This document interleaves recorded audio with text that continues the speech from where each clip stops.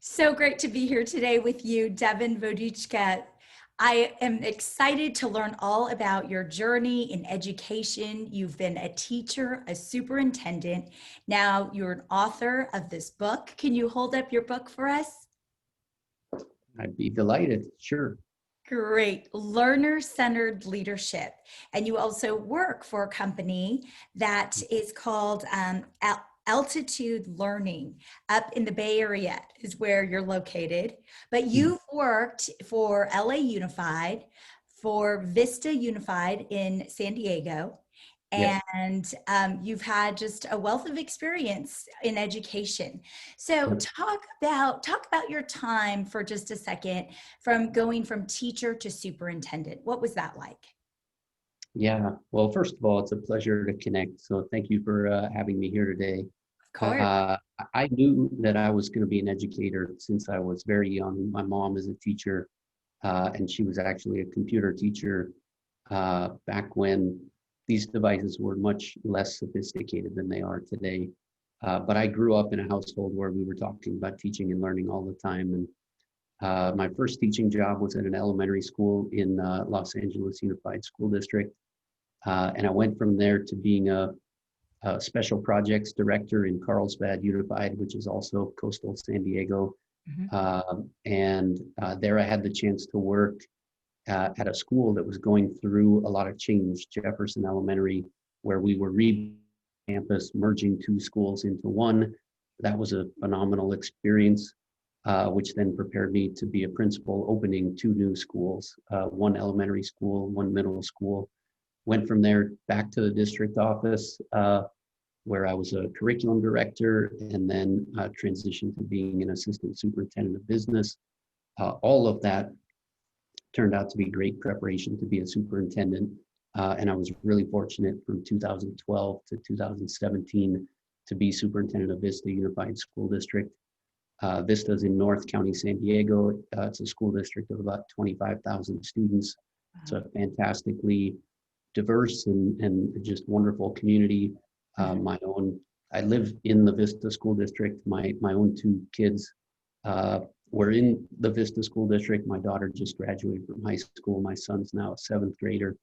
And so it was that experience that really then also set the stage for my current work, which is as the Chief Impact Officer at Altitude Learning, where I now support schools and districts across the country, trying to empower learners to drive their own experience in a learner-centered educational model.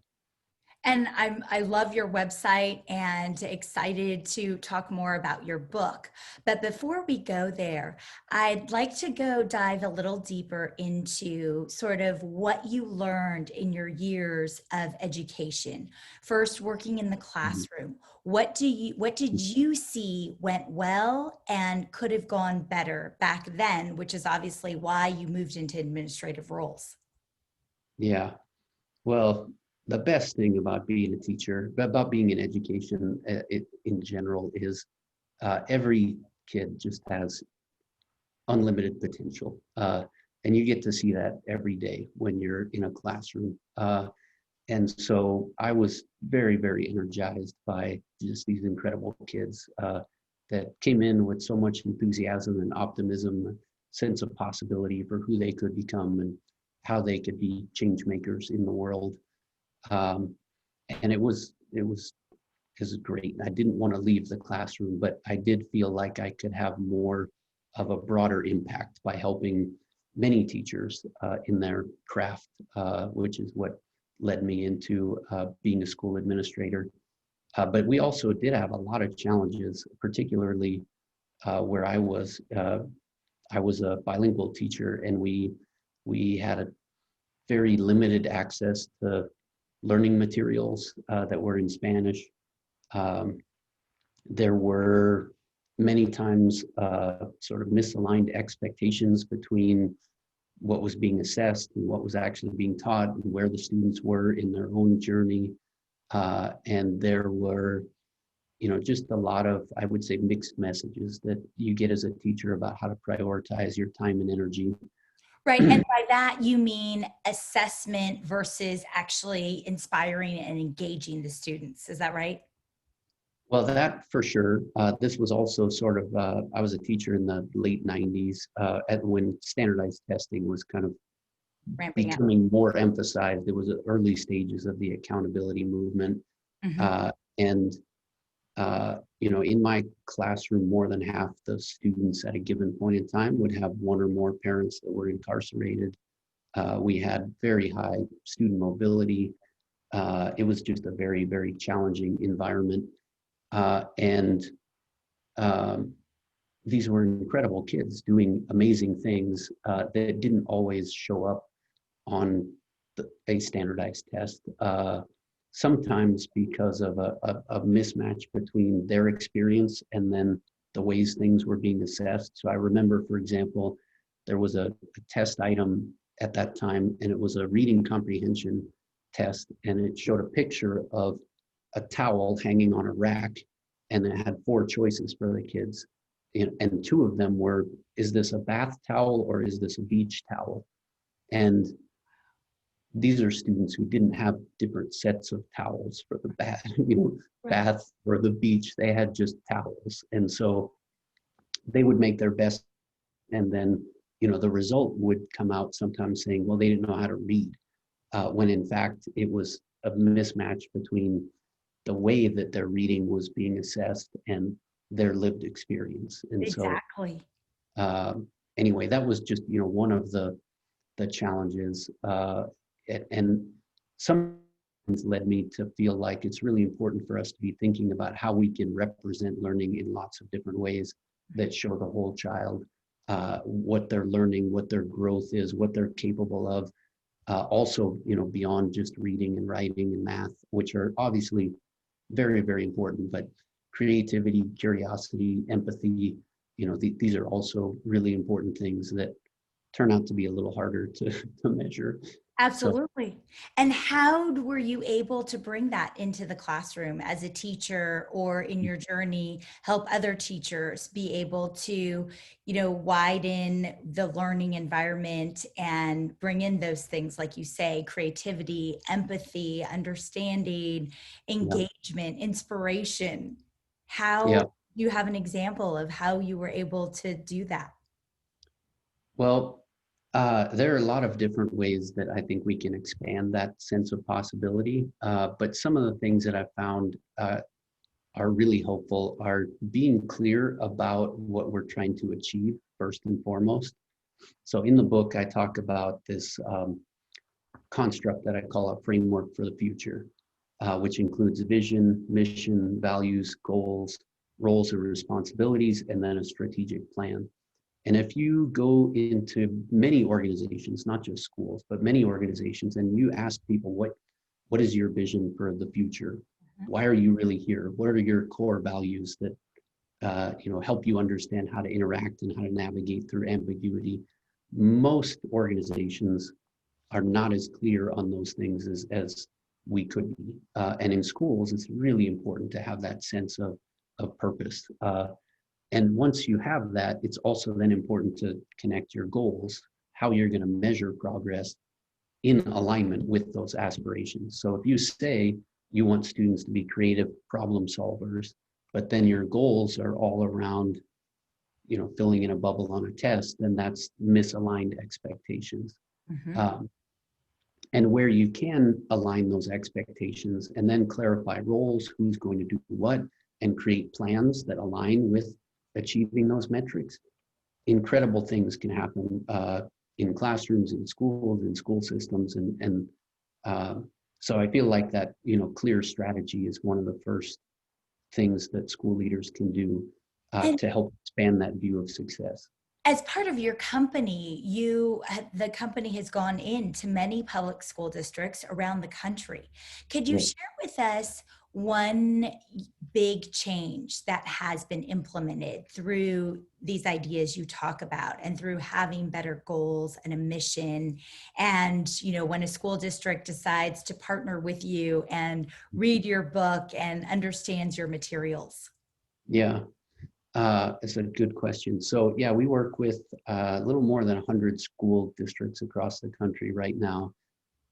And uh, one example might be Menlo Park City School District, which is in the Bay Area. Yes.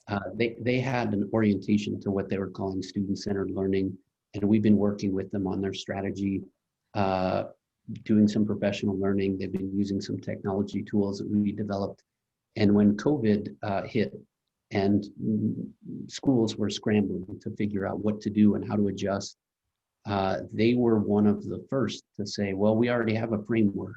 We know what we want to see in terms of learning. We have an outcome framework that aligns with our goals. We've developed a learning model that connects with this outcome framework. And they very quickly have spun up an entirely new distance learning school in their district for any family that wants to be involved in it. And it's a very learner-centered school where they're focusing on students setting their own goals, achieving them by demonstrating mastery in lots of different ways, using flexible playlists, orienting to competency-based outcomes, focusing on real-world problem solving. It's all in alignment with their vision for what they want to see. And I think they were able to do that quickly for a lot of reasons, but one of them is, they had built up that orientation before the circumstances changed, and they were able to then quickly adapt where many others had to step back and start asking themselves questions about purpose and goals and some of those foundational pieces of an aligned strategy. And Devin, how long did they go through that process of planning that framework and getting that, set so that they knew where they were? Well, it's an ongoing process. When I was superintendent, it took about 3 months to set the vision, the mission, and the values, and do it in a collaborative way where we involved the entire community as broadly as we could, including students in that. It took another 3 months for us to get clear on our goals. It took a month or two for us to align roles and responsibilities, or at least have a plan for how to do that. And then in our case, it took us an entire year to do the plan. And part of it was we had, and I'm talking about Vista, where I was the superintendent, we had identified this vision to be the model of educational excellence and innovation. Mm-hmm. And that was something that came from the community. But school systems tend not to have a lot of experience being the model of innovation, because that is very far from what we tend to do. Right. So we had to spend a lot of time in conversation with students and with parents and with teachers and with community leaders, understanding what we collectively meant by innovation. How would we orient to that? How would we know if we were being innovative? How could we set success metrics that didn't constrain the innovation? And for us, that led us down this path of personal learning and empowering students through understanding themselves, having options in terms of multiple pathways, flexible learning environments, use of competency-based progressions. So there was a lot of learning in that planning phase. Mm-hmm. And the reason I'm sharing all of that is when you go from the very beginning of that to actually having a plan, it ended up being about 2 years, which felt like a long time. But right. Once that was in place, we were able to move very quickly. Menlo Park was pretty similar in their timeline, roughly 2 years to get the strategic infrastructure in place to move quickly. Right. But now they're doing it. So it took the initial 2 years, but now, and so give us a glimpse of, exactly what it looks like for those students. And it sounds like it's not all students. It's sort of a choice track. Is that right?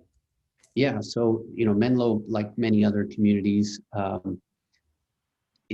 is trying to determine what are the best options for students during a time when it's been challenging, if not impossible, to come together in person. So sure. they, like many other districts, they did surveys of their community, and they found some of the families really wanted to come back in person. Some of them wanted to come back in person, but under certain conditions. And then they had some members of their community that said, we are not coming back no matter what. For whatever reason, we have, someone who's high risk in our household, or Right. whatever their reasons were. There were enough of those families in their initial surveys that Menlo realized that they needed to create a full distance learning option for that group of families. Mhm. Um, and so, yeah, that was the impetus, was the drive from the community. But they have an understanding that students are going to be moving in and out of this, with hopefully not too many transitions, but people's needs change, the conditions keep changing also. So I think Menlo, like many other school districts, are trying to provide as many options as they can to meet the unique needs of every kid and every family. Right, right. And so through your book and through your understanding in all of these hats you've worn, from teacher to curriculum director to superintendent, Mhm. as far as the pandemic goes, how do you think how do you think this is going for school districts that are purely on Zoom and Mhm. have not necessarily, even figured out how they should survey the community? Yeah. What are your thoughts to them? Oh, well, first, I think it's important to remember this is a global health pandemic Mhm. that is creating a crisis at many different levels. Like, we are experiencing uh, extreme loss. We're experiencing danger to our health, our emotional well-being, in ways that none of us have experienced in our lifetime. And these are really, really challenging, difficult times. Even those of us who are advantaged are stressed out, tired, having a hard time coping and functioning. And in that context, I think we've seen teachers and principals and school leaders just roll up their sleeves, and they're working so hard trying to figure out how to best adapt and serve kids and communities. And there's a lot to really appreciate about Sure. service orientation that educators, I think, naturally have. Right. And yet, I think it's also fair to say that in the spring, it was emergency remote instruction. I heard one principal describe it as being shoved out of a window and like trying to learn how to fly as you're dropping through the air. It was, most schools and systems were not prepared for that. And I think there was a pretty high level of patience from people to say, this was a surprise, it's temporary. Right. Uh, but here we are in the fall, and you know, in theory, we've had more time to prepare, but the situation keeps changing, keeps adapting. Schools that said they were going to be in person have ended up going full remote. Schools that thought they were going to be full remote are getting a lot of pressure to be in person. Hmm. And so I think if you zoom out and you say, how are we doing overall? We still have a lot of room to grow in terms of adapting to uh, the pace of rapid change that is around us. And we're seeing some emerging pockets of success, schools and systems that have oriented to empowering their learners to begin with, less of a teacher-centered model, more of a student-centered model, that also have strong systems of support for social emotional well-being, uh, feeding students, all of those sort of basic needs that have to be in place, and have a robust technology infrastructure. Those places have done reasonably well. And so we need to do those things first, make sure people are safe and healthy, make sure they have access to devices and connectivity. But then we also need to be saying, once we have those in place, how can we be reimagining the learning experience so that the learner can drive it? They're less dependent on, uh, you know, others to drive their experience.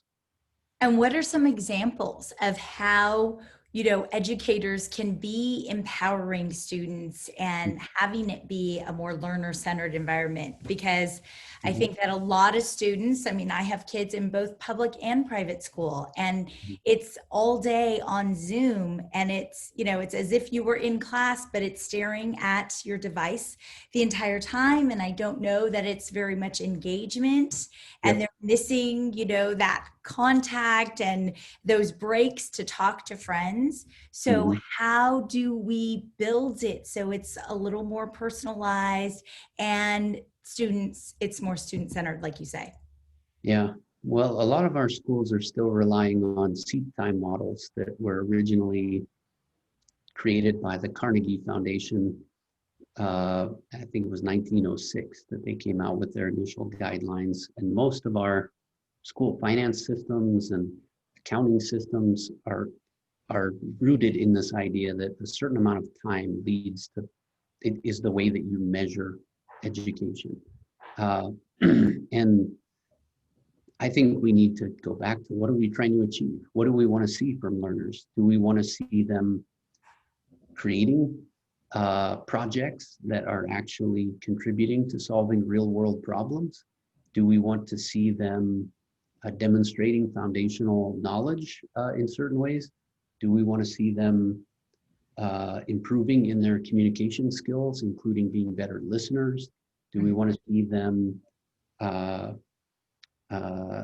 being more curious about the world around them? Whatever those outcomes are, we should work backwards from that into what the learner experience should be. And in most places, sitting and just being a receptive recipient of information is not going to create the kinds of citizens and change makers that we really want to see in most schools and communities. And if we really want our kids to be change makers and be, understand citizenship and how to work with others and have empathy, then what are the experiences that they're going to need to have that would develop that? So places that seem to be doing quite well here are using systems and structures like advisory models, where they're checking in on students to assess their social emotional well-being, their level of connectedness. They're doing a lot of goal setting. What are your goals as an individual learner? What would you like to achieve? And for young students, you want to go through a progression where it's the adult, the teacher setting it, and then you co-construct, and then the student begins to set their own, because you do need to have, models of this. Right, but right. students can be setting their own goals. And then providing a lot of flexibility in terms of some independent time that is totally screen independent. If you are trying to learn about nature, it's probably best to try to be out in nature, right? And not every community has access to the same resources, but Sure. every community, we all have access to some learning through our environment. And so, tailoring the goals and the learning experiences to that environment in a way that is active, that gives students flexibility to be self-paced. That's where we're seeing learners get really inspired and engaged and connected. A lot of projects. And in order to do these types of things, to be more project-based, more communicative, experiential, opportunities for empathy, that takes away time from what teachers are mandated to teach towards those standardized tests. So going back to that, how are school districts then going to get away from the standardized tests? Well, I've been advocating to go beyond standardized tests for years, so this is not totally new for me. But we couldn't even administer standardized tests in the spring. That's right. Tests that we've relied on for years, like the SAT, have been suspended. The college admissions process has been opened up. Hundreds of colleges are now saying they're not going to look at those standardized test scores. So while COVID has been very, very challenging, and there are a lot of things that we would not want to see happen as a result of it, I think one positive is we've been required to think about learning and mastery in some different ways. Right. So the places that are having the most success are saying, how can we surface student learning in real time? What are the different ways that students can create evidence of their learning through videos, through writing, through exhibitions of learning? How can we shift to student-led parent conferences? How can we reorient so that the student is the one who's sharing what they've learned in a way that is meaningful and helps that learner to know who they are and what they're capable of doing? And we're seeing more and more of that in the current context, almost out of necessity. And I'm hopeful that that will be so well received that we'll see much of that sticking through whatever happens next. Absolutely. You talk about advisory and opportunities for more engagement for students with teachers and with their peers. Do you think that the public schools really could move towards more of that type of engagement? Yeah, and it's happening already in pockets. It's happening already in pockets, and I think we all want kids to be engaged and connected and inspired, and when we see it, we want to see more of that. Right. And so, one of the things that I think we should be orienting to right now is how can we surface those things that are working, those bright spots? How can we share those? How can we accelerate our collective learning? So one of the projects that I'm working on right now is called the Texas Learning Exchange. And it's a project with Educate Texas to support the entire state in doing just that. How can we surface new learning models? And there's a website that you can search for, Texas Learning Exchange, txlx.org, where we are posting guides. We're posting open educational resources. We will be posting new learning models that are surfacing. And there are other projects like this happening around the country where we're trying to identify those bright spots and share and connect with others in a way that we can accelerate our collective progress. And in a school district, in a public school district, where does that start? That sounds like a really big challenge, and you either have to get everybody on board or you have to get one person to really advocate for it and implement it everywhere. How do you find the buy-in, and where does it begin? Does it begin with the superintendent? Does it begin with the director of curriculum, the principal at each school? Yep. So in my book, I talk about a theory of change that has worked for me. And it's having that strategic clarity. And then it's an intersection of two change models. One is the Rogers innovation curve. And I don't know if you've seen this, but it looks like a bell curve. Yes, And there's yes. research, done on how change occurs in communities. And what tends to happen is there's a small percentage of innovators that are always tinkering and trying new things. There's another small percentage of what they call the early adopters that are also oriented to trying new things and testing them out. Then there's the majority in the middle who kind of wait and see how things go with the innovators and the early adopters. Mm-hmm. And then there's another small group that in some models is called the laggards or the resistors that just tends to be very skeptical of change and the latest to come along with it.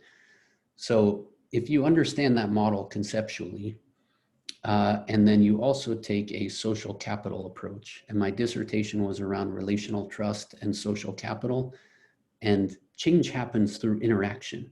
We are social creatures. And so if you understand the importance of trust and relationships, and you imagine a social network where you have connectivity across people, yes, and you lay that over the innovation curve, and you see we need to be orienting to building connectedness at all times. And then we need to be supporting the innovators and the early adopters to try new things so that when they find what works, we have the surface for the diffusion of innovation. Because one of the hazards of change is in that Rogers curve, there's what's called crossing the chasm, where a lot of really great innovations never get to the masses because there tends to be a gap between the innovators, early adopters, and the majority in the middle. You don't want that. We want to see that change happen for all kids if it's positive and effective. So we really need to attend to the social dynamics, empower the innovators and early adopters, and things can happen quickly with that approach. So who helps those innovators and early adopters move it through when you have this whole midsection that is, concerned, worried, stopping it, right, resistant to change?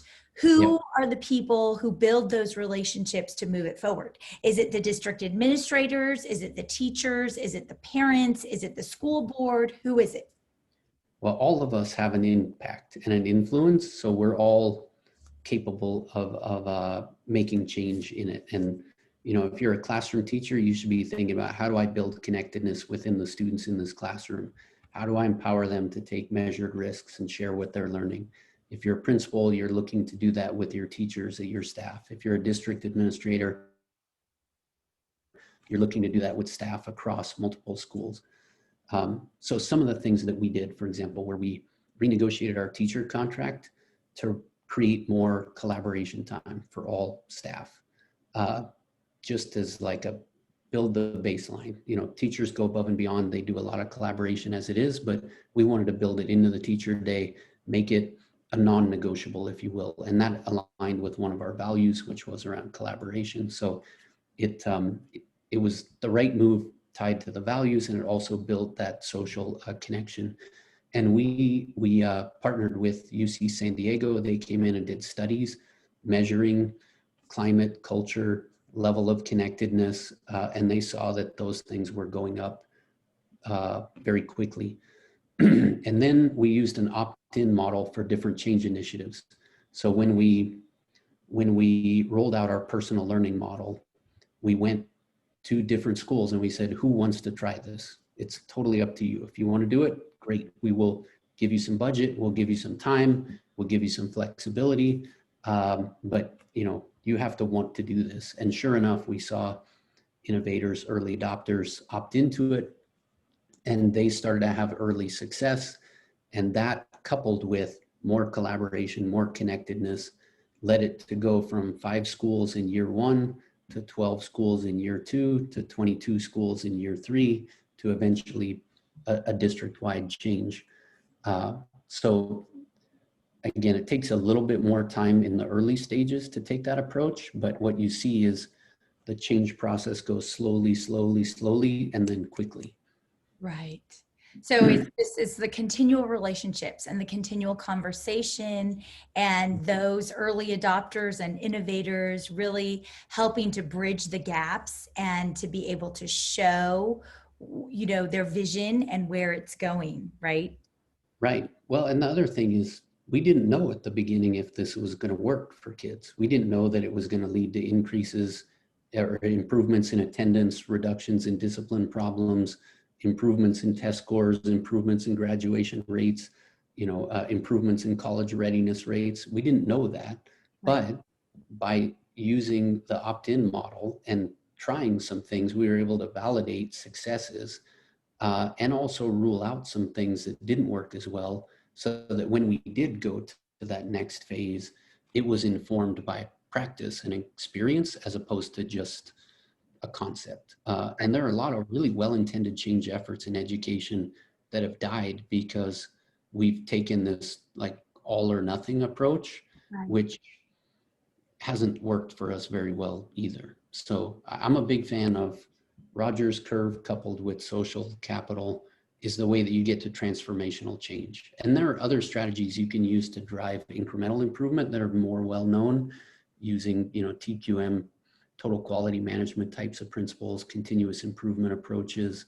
Those you can do in parallel with the transformation work. Mm-hmm. But I think what we've seen through COVID is we're all in the transformation work. We have to orient to that in addition to doing the incremental improvements. Right. We have to completely transform and really make big changes. That's sort of where we're at. So is it through altitude learning that you sort of have the model and the structure all there, and districts are hiring you to come in and show how the model works and get buy-in? And so that sort of helps move past early adopters and innovators, but kind of already sets the tone because you've proven yourselves and you've done it in so many places. Yeah, I like to think of it as frameworks. We have frameworks that people can use, and one thing that we know about powerful learning and that we know about change is also contextual. So I wrote a blog post, for example, about how I went to Vermont I saw this amazing program about how students were learning how to make maple syrup, and then they were turning it into a business, and it was fantastic. And from there, I went to New York City and observed a school in Manhattan where they were doing studies of transit systems and looking at all the different ways that students could get from their house to their school using subways and bike shares and all these other things. You can't have the kids in Vermont do the mass transit project in the same way that the kids in Manhattan can't do the maple syrup project and have it be meaningful. However, both of those have components of project-based learning that are part of a Invaluable. framework that can be applied in different contexts. Right. So what we do is we try to share frameworks, models, examples, so that schools and systems can contextualize for their environment within those models and frameworks. Mm-hmm. And having the structures and models and frameworks to begin with helps them move a little faster. So we're happy to be partners in that work. Truly incredible. I love it. I love your book and all that you're doing, and just we're in a transformational stage, and we need to all get on board and do the best we can to support all of the students and give them the best potential outcomes. Yeah, so, I agree. Well, thank you for the opportunity to reflect and share, and appreciate having the chance to engage in conversation on things that make a difference for a lot of kids. Absolutely. So important. Thank you for all the work that you're doing, for taking all of your experience from in the classroom on up, becoming a superintendent, and then, now with your book. So your book is largely reflective of that time as a superintendent, sort of all that you've learned there and how you could help outreach to kids across the country. Yep, as much as I could packed into one book. Yes, there's a lot of great experiences. I've had the great fortune to be surrounded by a lot of talented and capable, collaborators. So felt like documenting and sharing some of those lessons learned along the way might be a way to help others on the journey as well. What would be your number one tip for a superintendent today? I get this question a lot. And my answer is stop and listen to students. I described in the book this series of forums that I did with students that really was an inflection point in my own development and fortified my own sense of urgency and the importance of us making some of the changes to create a more engaging, relevant, meaningful learning experience for all students. Mm-hmm. But it takes time to stop and sit and be a good listener. And yet it's the most important thing we can do as a leader is listen to kids. So, well, and because that is why you're there, right? A superintendent's client are the students, to educate those students. Yes. And one final question, what would your advice be to school board members? School board members, boy, we have so many great school board members that are also, servants to others. Oh, sorry. You know what? Are you finishing up another Zoom?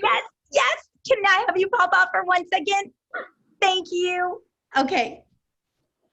We can make it a booked chat with multiple constituents. I do have one more today. Yes. I'll be quick. Okay. With school board members, it's, listen to your superintendent who's listening to students.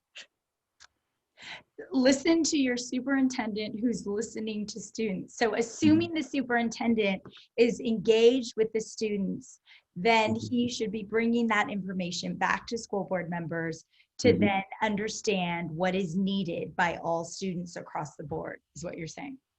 Yeah. And, remember that the school board role is accountability for the superintendent who's accountable for the performance of the district. So school board members can do a lot to help create an aligned strategy, the vision, mission, values, goals, and then they delegate the responsibility to do the work to the superintendent, who then delegates to many others. So That's right. governance is really, really important. Having that strategy is important, but all through the system, we need to be listening to kids. Absolutely. Great reminders. Thank you very, very much. So good to be with you today, Devin. Look forward to connecting again in the future. Good luck with all you're doing. All right. Thank you. Take care. Thank you so much. Bye-bye. Thank you all for watching this education series with Beyond the Book with Julie.